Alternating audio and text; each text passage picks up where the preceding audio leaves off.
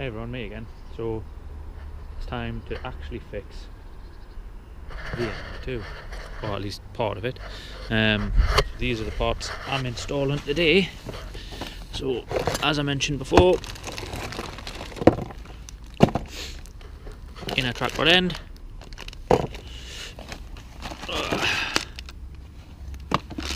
tie rod ends, and some new boots. So first of all, what we're going to do, jack the car up, get it on axle stand so it's nice and safe, and then blast the wheels off, and I'll show you where to go from there. So I just thought I'd show you everything I'm using to do the work on the car. So take my wheels off, take the nuts off the tie rods. I'm using Keel Impact 19mm socket and a 17mm socket, because I know the sockets on the original ball joints tie rods are 17s, the ones on my new ones are 19s. I'm using a tape measure to measure my old tie rods for the length from end to end, so I can get a rough ballpark of where I'm going. 10mm socket, which is like the rarest ever socket to find because they always go missing. Ratchet, pair of grips just to help get the end of the tie rod ends off, and just an adjustable because I'm not sure the size of the nuts on there, or if I've got a big enough spanner, and I'm not sure the size of the nuts on the new ones. So it's everything I'm using, including I've got a jack. As you can see, one of my axle stands is already underneath.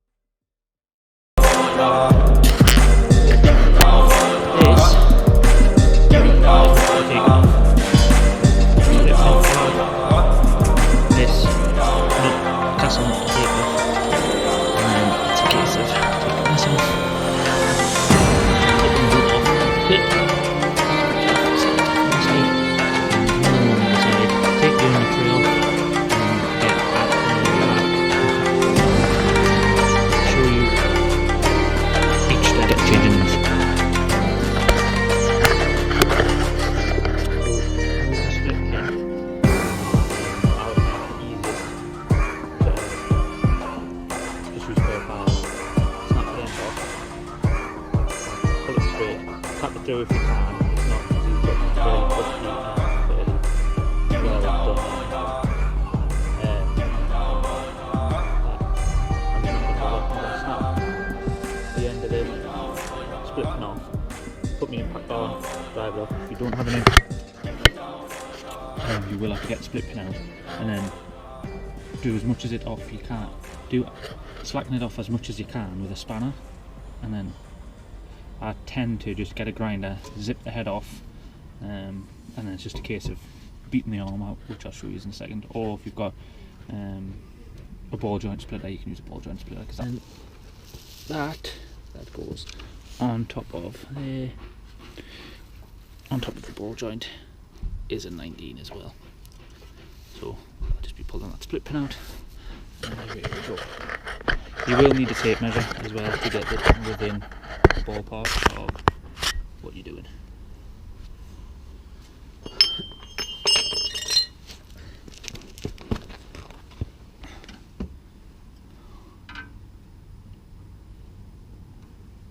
Some as well, if you're lucky, the ball joints will have like an Allen head groove in, which I've seen when I ordered some parts for, I think it was a BM. They had an Allen key head on the top, so you could hold the top with an Allen key, or use some form of impact tool with an Allen on and pull it out. These ones I have no idea how old they are. I haven't changed them since I've had the car, I don't think. So yeah, let's get rid of that. Hopefully get rid of that nice little vibration I've got between 65 and 70, and it takes one of the advisories off on the MOT, so everybody's winning. As much as I love split pins, when they get old they're always a pain to remove.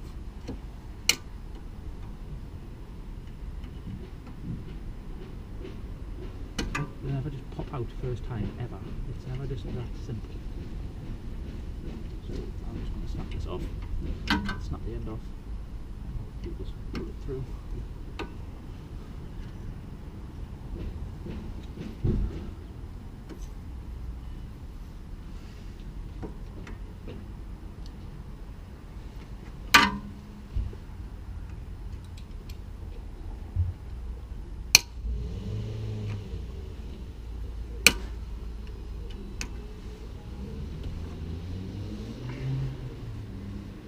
Joys of detailing a car in the winter in the UK, everything gets a little crusty, so don't be afraid to use a little bit of heat, because you are replacing the ball joint.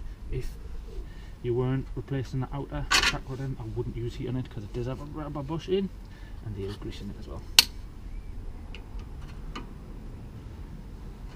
There we go, and it's out.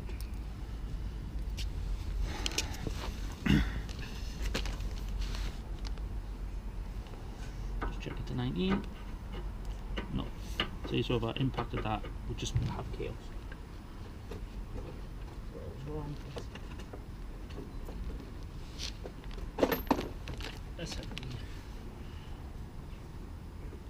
If you are using impacts, remember as well to use an impact socket.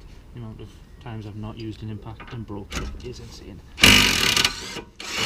See, and nut doesn't want to come out, but it is off.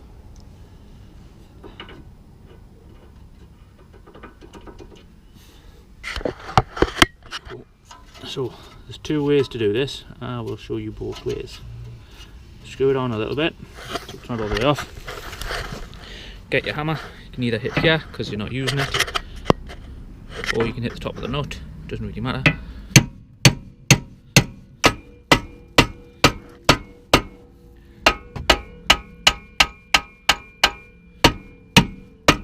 you go, ball joint spot.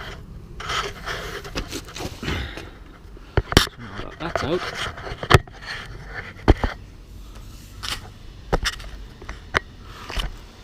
You can undo the nut the rest of the way.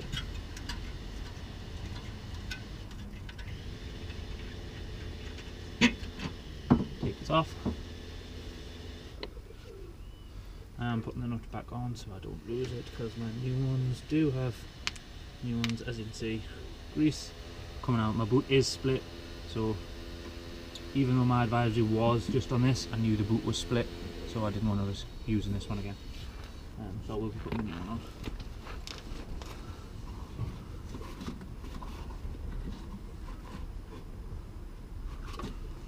Right, this is the fun part.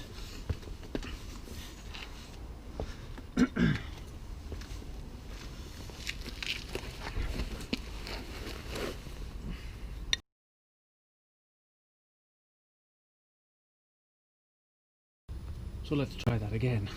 So the bolts that you're going to do, this is one there, one there, one there. As you can see, mine are missing. You do have to undo that one, that one, that one, that one there. I don't know if you can see it. This one. So on that side, that one's shed off, and then there's three at the back there. One in the middle that attaches to the plates. Right, so this video is a little while after I actually did the tie rods and everything on the MO2, but I've lost the footage of us removing one side that I went into detail with the adjustable spanner. So I just thought I'd mention what you actually do. So once you've got the under tray off, which I've also lost the footage for, just corrupt for some reason, but everything on that memory card I lost. So once you've got the under tray off and you're left looking at the steering rack, what you want to do is get the adjustable spanner and set it to the length, because on the ends of the inner tie rods there'll be either a groove cut or it'll be octagonal in shape that you can put the adjustable on. Put the adjustable on, you can crack it, and once it's cracked you literally just can grab it with your hand and then turn it, which is what I was going on about in the video, but I've lost the footage. So put the adjustable on, it's still lefty loosey righty tighty, crack it off, screw it all the way out, and then you're left with the full inner and outer tie rod or steering assembly, whatever you want to call it, left in your hand. And that's when you start measuring from end to end. I know in the video I say from end to center, but it's not. I've measured from end to end, so I know that everything's exactly the same length because they're not the same make. Okay, sorry for the confusion. 120mm, and on the other one we're going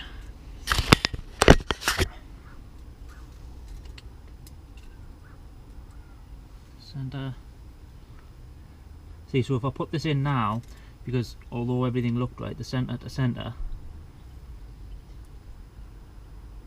is 415mm, so my steering would be off. That's why I measure it. And they are slightly different designs, so again, that is center to center. So it's like 419mm, another half a turn, another full turn. And to the center. Right. So I'm about 419, which is closer. Don't tie this boot on yet, but what I'm going to do is take my nut off. This one isn't a castellated nut, it's an eye lock. I'm not overly fussed, but if you have a look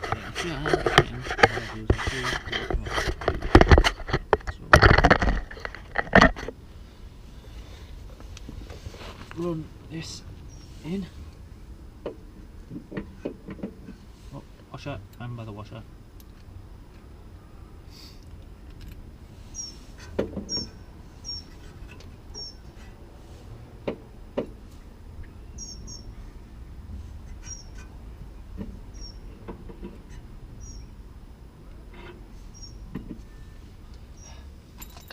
No, the boot's getting in my way. Typical.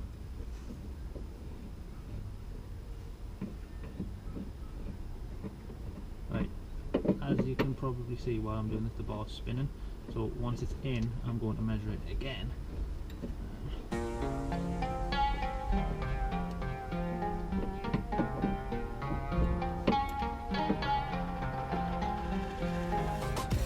Thankfully enough, where I've got the copper slit, I can get it in the ballpark idea. Order parts for an imported car, and they're wrong. So gotta go back to class. So start the video again when I'm back.